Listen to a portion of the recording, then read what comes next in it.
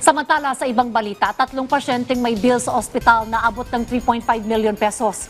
Wala nang binayaran sa Valenzuela Medical Center sa tulong po ng Zero Balance Billing Program o Bayad na Bill Mo Program. Ang kumpletong detalye sa report ni Clazel Pordilia. Masakit na nga.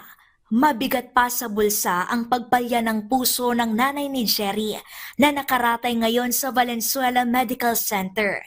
Pero ang hirap ng pamilya ni Jerry nabawasan matapos wala ng bayaran sa hospital bill ng kanyang ina.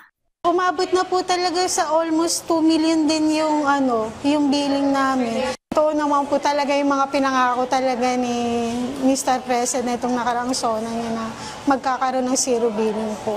Sa kaarawan ni Pangulong Ferdinand R. Marcos Jr., binisita ng Presidente kasama si First Lady Liza Arneta Marcos ang Valenzuela Medical Center.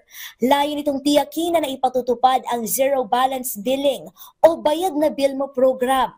Ito ang pagsagot ng pamahalaan sa pagsusuri, ward, bayad sa doktor at gamot ng pasyente alinsunod sa Universal Healthcare Law. Nasaksihan ng Presidente ang 3 pasyente na may aabot sa 3.5 million pesos ang bill pero wala nang binayaran. Ayun nga po, nagpapasalamat po ako na talagang hindi na po kami mag-isip pa kung saan-saan. Ang isipin po namin ay yung pag-aalaga na lang po sa anak namin paglabas po namin.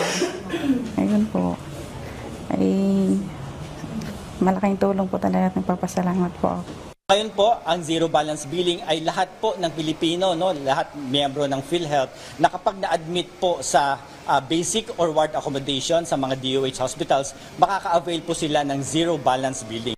Binisita rin ang unang pamilyang ilang pasilidad sa ospital, gaya ng pediatric ward, kangaroo mother care at surgery section.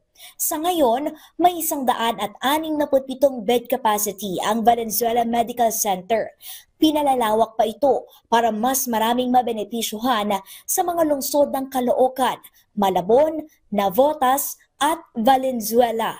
Napakahalaga po na dapat ang ating mga mamamayan ay nananatiling malusog sapagkat kung ang ating mamamayan ay malusog, mas nakakapagtrabaho po sila at mas nakakakontribute po sila sa ating economy ng ating bansa at of course, napaparami natin ang development ng ating bansa.